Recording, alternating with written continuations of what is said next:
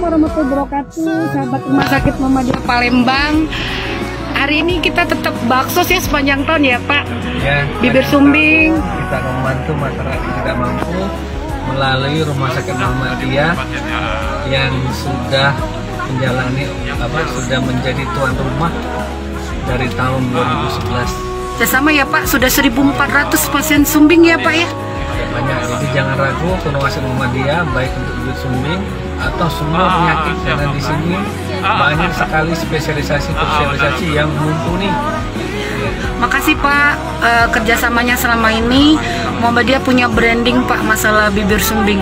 Mudah-mudahan pasien sumbing semuanya yang di Palembang fokus ke sini ya Pak, sehingga nanti kita bisa bermanfaat bagi orang banyak. Senyum anak Indonesia ya Pak. Amin. Makasih Pak, semoga Allah melindungi Bapak, sehat selalu ya. Salam dari seluruh pasien yang pernah Bapak bantu. Mudah-mudahan Bapak selalu diberkahi rezeki yang berlimpah, sehat selalu ya Pak. Semangat Pak. Assalamualaikum. Salam.